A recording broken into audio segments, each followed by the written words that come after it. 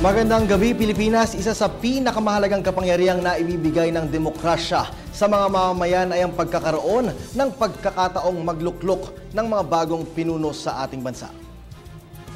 Sa kasalukuyan ay hinihikayat ng Commission on Elections ang mga mamamayan na ngayon pa lang ay asikasuhin na ang kani-kanilang mga biometric records. Bagay na inaasahang magpapabilis sa proseso ng pagpaparehistro para sa 2016 elections. Ako po, si Cathy San Gabriel. Pero gaano nga ba kahanda ang mga Pilipino na magluklok ng mga bagong pinuno at ano-ano nga ba ang mga pangangailangan upang maging isang rehistradong botante? Yan at marami pang iba ating tatalakayin ngayong gabi. Ako po si Kirby Cristobal. Samahan po ninyo kami sa 1.5 oras ng paghimay sa isyong ito. Dito lamang sa Voters Registration, a PTV Special Forum.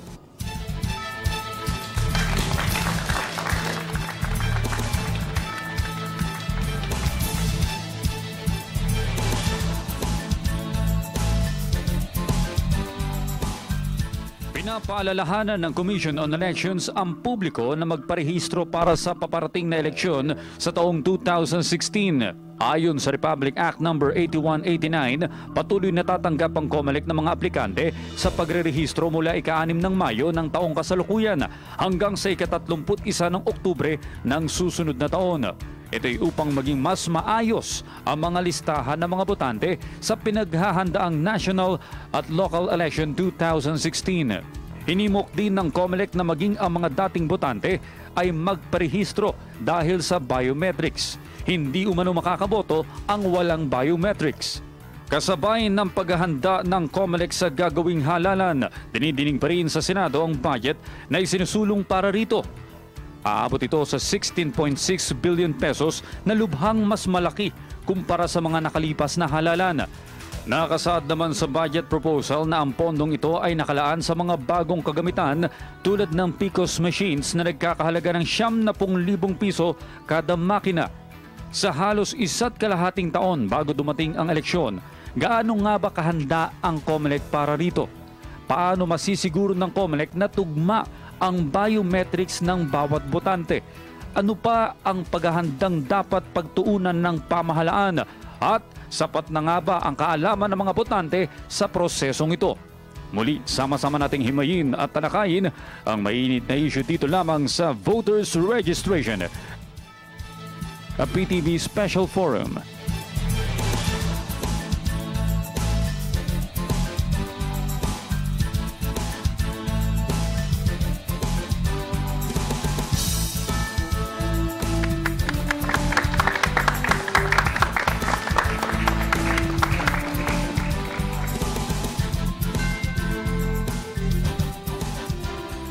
Muli isang magandang gabi, Pilipinas. Mga issue ukol sa pagpaparehistro para maging isang kwalipikadong botante ang ating tatalakayin ngayong gabi. Tama ka dyan, Cathy.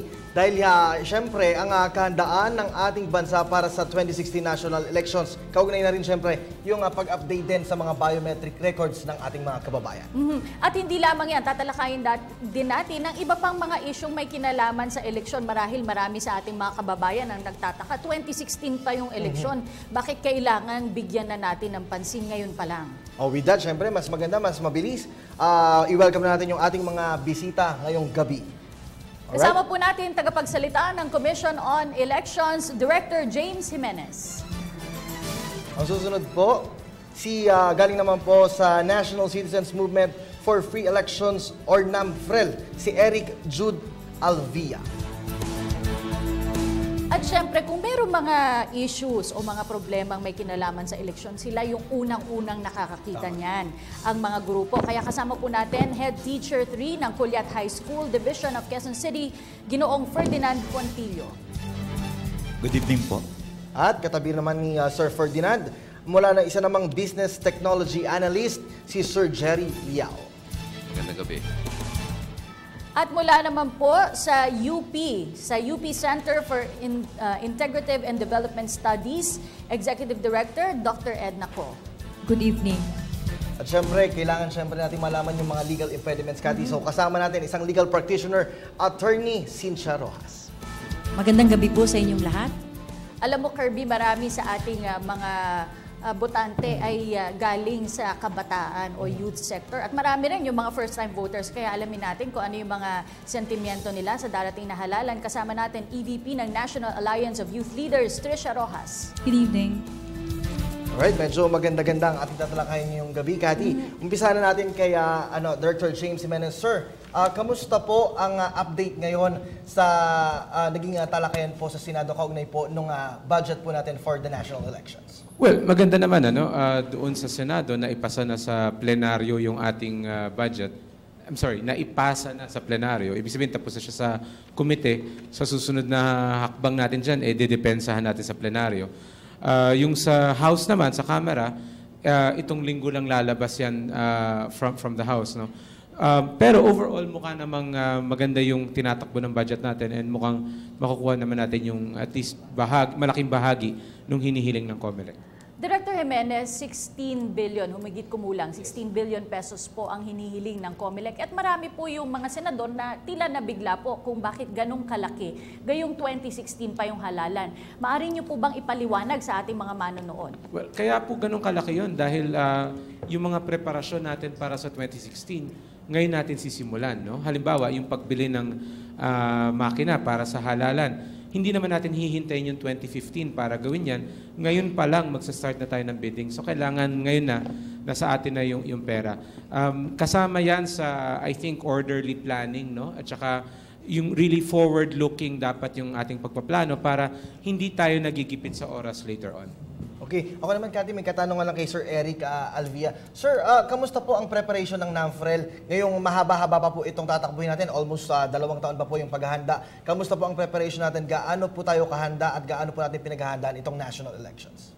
So, kahit na 1 taon at 10 buwan pa tayo, no, bago magkaroon ng eleksyon, 2 bagay ang pinagtutuunan ng NAMFREL. No? Yung una dito, yung pagpili ng automated election system, no? Tinitiyak natin na wasto at karapat-dapat ang teknolohiya na gagamitin natin sa darating na 2016 elections. No? Ang isa pa rito ay yung voters registration. Tulad ng nasabi ni Director Jimenez, marami tayong preparasyon na gagawin pero ngayon, sa darating na halalan, sa 2016, mukhang 56 million yata yung mga botante natin. Pero dun sa 56 million na yon, mahigit kumulang na mga lagpas 9 million, rehistrado pero walang biometrics. No? Yung mga taong ito, kahit na rehistrado sila, hindi sila pwedeng bumoto. So ang hinihikayat namin yung mga tao, yung mga mamamayan, mas lalo rin yung kabataan na hindi lang magrehistro o lumahok, pati yung mga dating nagparehistro na. Kahit na sumapi kayo dun sa halalan noong 2013, hindi kayo pwedeng bumoto kung hindi kayo nakuna ng biometrics. Gaya nga ng nasabi ni Ginoong Alvia, nagkaroon tayo ng eleksyon noong nakaraang taon. Ito po, naghalal tayo ng mga kongresista, mga senador, tsaka yung ating mga local leaders. At tingnan natin, ano nga ba yung mga na-encounter natin noong 2013 elections from the point of view of a teacher. Si Ginoong Fontillo po, ano po ba yung, at least in Culiat po, ano po yung mga na-encounter nyo or naging smooth po ba yung pagkakaroon ng halalan noong 2013? Meron din naman, no? Meron din namang smooth na pangyayari pero meron din mga pangyayari na sa haba ng tao na gustong makaboto, hinahanap nila yung pangalan nila sa listahan ng mga botante pero wala yung listahan nila doon. Yung mga gano'n, na gusto talaga nila makaboto pero wala yung pangalan nila sa listahan. So gano'n yung mga problema na kinakaharap ng mga botante at ng mga teachers na kung paano sasagutin yung mga botante na yon, bakit wala yung kanilang pangalan doon. Meron naman na nandoon sa listahan pero sinasabi nung kamag-anak na matagal nang patay yung tao na yon. So, aside from that, yung haba talaga ng pila ng mga tao, yung siksikan, of course, yung makukulit na mga botante na gusto kagad makaboto na dapat ay pumila, mga ganun. Oo, yun lagi yung nagiging problema, Oo, Cathy. parang kapag taon-taon, at parang tuwing may halalan, yun din ang problema. wala yung pangalan, may mga patay na nakalista pa rin. Pero tanungin ko lang si Sir Jerry Liao. Sir, bilang analyst po sa business sector, sir, tingin nyo paano po nakakaapekto yung business sector pagdating po sa halalan? Tapos mayroon po ba tayong coordination with the COMELEC? Paano po tayo, paano ba natin sila natutulungan sa pamamagitan po ng sector ng business? Tingin ko naman yung, in as far as technology is concerned, the business sector is actually assisting the government in as far as determining ano ba yung mga available technology na pwede nating magamit. So I'm sure the COMELEC and the government also appreciates yung assistance na galing sa business sector kasi nga sila talaga yung masasabi natin gumagamit talaga ng teknolohiya. So pwede nating maibahagi sa COMELEC at sa government kung ano ba yung mga available technology na maaring gamitin upang maging mas maayos, mas malinis pa yung halalan na gaganapin. Okay. Mahalaga rin sa isang success ng halalan yung mga taong bayan na talagang tumututok, hindi lamang doon sa proseso, kundi maging pagkatapos nito. Mahalaga po na malaman yung mga expenses ng ating mga naging kandidato. Kaya tanungin po natin, kasi si Dean Ed Naco po ay kasama ng isang samahan, Pera at Politika. Can you tell us more about this, ma'am? Yung pera at politika ay parang isang civil society watchdog na ang layunin niya ay bantayan, mag-monitor nung mga tinatawag na campaign expenditures. Kasi ang layunin ng isang campaign expenditure monitoring ay upang masiguro na yung ating halalan at yung paggasta sa kampanya particularly ay merong isang level playing. Big sabihin, sana patas yung ini-encourage na sistema at proseso at kung ito ay sumusunod dun sa mga alituntunin ng pagkakampanya at pagsusumite ng mga ginastos o yung expenditures kaugnay ng campaign. So sa national at sa local level, tinitingnan yung paggastos at kung makatotohanan ba yung pagsusumite ng mga ginastos sa panahon ng kampanya. So ito yung layunin ng Pera at Politika. Alright. Kaya isa sa malaking partisipasyon dito yung sektor naman ng kabataan. Si Tricia Rojas. Tricia, sa tingin mo, ngayong papalapit itong eleksyon sa paggamit ng social networking sites, tingin mo, malaki ba ang maitutulong ng kabataan ngayon para mas mapaganda pa yung sistema ng eleksyon sa ating bansa? Okay, so sa nakaraang eleksyon nga, maraming nagkaroon na polls online sa social media and nakita natin may pagka-disparity yung naging results ng online polls sa lumabas na results sa actual election. So I think for me, walang masyadong magiging difference from the previous elections to election 2016. Pero in the part of the youth, maganda na i-encourage yung mga tao talaga to register and start being informed voters. Voters registration, gaya nga ng nasabi ni Tricia, yung ine-encourage ng COMELEC. Attorney Cynthia Rojas, sino po ba yung mga kwalipikadong bumoto, magpa-register? The Constitution states that those who can vote, ang maaaring mga bumoto ay yung 18 years of age. Hindi kailangan na marunong kang magbasa kasi during the elections, merong mga nag-a-assist ng mga tao. So what really matters is that you are 18 years old and that makes you qualified to vote. Kailangan po ba natural-born citizen o yes. pwede po naturalized? Natural-born citizens are those who can vote during the elections. Attorney Cynthia, meron din po tayong mga tinatawag na absentee voters. Sino po yung nagko-qualify under that? Yung mga nasa abroad, alam naman natin na may mga sektor na malaking populasyon natin ay mga overseas Filipino workers. So ngayon, nagkaroon ng law, Director Jimenez can talk about the specifics of this law, where we give opportunities to those overseas workers to take part in this democratic process. So maganda na hindi lang yung mga nasa bansa natin, kung hindi yung mga bayani, mga tinagurian nating bayani, ay nabibigyan na rin ngayon ng pagkakataon para makilahok sa ating halalan. At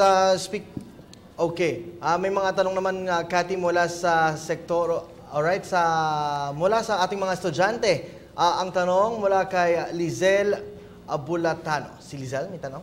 Yes, go ahead, Lizelle. Good evening po. Yung tanong ko po para sa COMELEC. Kasi po, kaka-18 ko lang. Saan po ba pwedeng pumunta or lumapit para magparehistro? Director Jimenez. Apo. Kailangan po kayo magparehistro doon sa COMELEC office, doon sa syudad o munisipalidad kung saan kayo nakatira. No? So halimbawa, kung nakatira kayo sa Quezon City, kailangan yung puntahan yung Quezon City Hall dahil nandun po yung COMELEC office. Kailangan lamang alamin nyo kung anong distrito kayo dahil yung mga offices natin sa iba't ibang mga syudad ay naka-segregate din yan according to district. So just go to the COMELEC office kung saan sakop yung inyong address. Director Jimenez, usually po ba sa mga munisipyo ay meron ding office doon ang COMELEC? Pangkaraniwan po, ang lokasyon talaga ng COMELEC office ay within the same compound as the City Hall. Usually yung government center doon sa kung anumang city or municipal. Sir, tama po ba na hindi po tumatanggap ang COMELEC ng police clearance parang bilang valid ID po para po makapag-register po yung ating mga kabataan? Tama po yun. Hindi na natin ino-honor yung mga PNP clearance. Ang ino-honor po natin mga valid ID katulad halimbawa ng school ID as long as it's for the current semester and for the current school year. At tumatanggap din tayo ng company ID, passport, birth certificates are also honored, especially kung hindi tayo sure dun sa edad nung nagpaparehistro. Pero yung police certificate, medyo hindi po muna kasi parang nung last registration exercise, nakita namin na parang merong mga lumulutang na mga fake police clearance. So we're stopping that until that problem is resolved. Sir, how about the barangay ID? Pwede pong gamitin? It's one of the IDs that are being used now, no? Pero kung may mas magandang ID, mas maganda yung ibang ID. May concern din kasi tayo na sa barangay ID, baka merong aspeto ng ang bibigyan lang yung kakampi, parang ganyan, ano? So just to be sure, if you can have a better ID than that, that's fine. But if really push comes to shove, that can be accepted subject to further verification. Siguro yung mga ID na usually tinatanggap sa bangko pag mag-open ka ng account. Yan, yes, at least malinaw passport, at least malinaw, Kati, na hindi na po, may mga bawal na ngayong ID na i-present para lang makapag-register. May katanungan pa yata tayo, Kati, from the students. Si Sean Año-Nuevo, may katanungan? Yeah, go ahead, Sean. Para kanino? Magandang gabi po. Tanong po para sa COMELEC. Paano po yung mga nasa remote areas po, ano po yung maaari nyo pong kampanya sa kanila para po magpa-register? Well, pagdating sa COMELEC kasi walang remote area kasi kahit doon sa remote area nandun kami. We have offices in every city and municipality throughout the country. So even in those places na sinasabi natin nasa Maynila tayo, medyo sa atin remote. As far as the COMELEC is concerned, nandun din kami. So yung kampanya natin ay ginagawa ng bawat election officer doon sa kanyang jurisdiction. So kahit yung mga malalayong lugar, pati halimbawa mga Turtle Island, yan, nagpupunta rin kami para hikayatin silang magparehistro. Ito pong, Director Jimenez, ito pong budget na ay bahagi po nito ay ilalaan ng COMELEC para sa pagbili ng mga panibagong PCOS machines. Bakit po kinakailangan ng mga panibagong mga machines? Meron po tayo kasalukuyan 80,000 machines. No? Yung 80,000 machines na yun, yan yung ginamit natin noong 2010 at noong 2013. Ngayon, noong 2010, medyo mababa yung ating bilang ng botante. At that time, ang ratio ng makina sa botante ay nasa average ng 1:600. Ang maximum natin noon pa man ay 1:1,000. Pero ang average natin at the time, roughly 1:600. Noong 2013, gumamit tayo ng the same number of machines, 80,000 pa rin, pero tumaas yung bilang ng botante. So nagbago ngayon yung ratio. Kung dati 1:600, naging 1:800 na ang average. Pag hindi tayo magdadagdag sa 2016, alam nyo na kung anong susunod na ratio doon. 1:600, 1:800, baka umabot na tayo ng 1:1,000. And that's maximum capacity. No, hindi na maganda yon kasi talaga magkaka-breakdown ka. So kailangan natin dagdagan yung makina natin para maibalik natin at least down to 1:800. Ang goal natin is to get enough machines para ang ating ratio is back to 1:600. Which is why kailangan sana namin ng 120,000 units. Meaning to say, kung may 80,000 na tayo ngayon, dadagdagan pa natin ng 40,000. This is not the first time that we are having automated elections, but still meron pa rin pong mga grupo at ilang individual na nag-o-oppose dito. Tanungin po natin ang NAMFREL, Ginoong Alvia. Gaano po ba kaganda kung sa inyo pong paningin ay mas maganda itong automated as opposed to the manual elections? Yung comparison nitong manual pati sa automated, tatlong batayan yan eh, no? Yung mabilis, no? At madaling bumoto. Yung pangalawa dito yung accurate, no? Kung wasto ba yung inilalabas ng makina at bilang. Yung pangatlo na-audit ba, no? Nababalikan ba ng mga tao kung tama ba yung pagbilang ng makina at may pruweba, no? So dun sa tatlong aspeto na yon, definitely, no? Hands down, mabilis, no? Mabilis ang resulta, no? Pero dun sa dalawang aspeto ng na-audit ba at kung wasto ba yung bilang, doon medyo kami nag-hold ng judgment namin. No?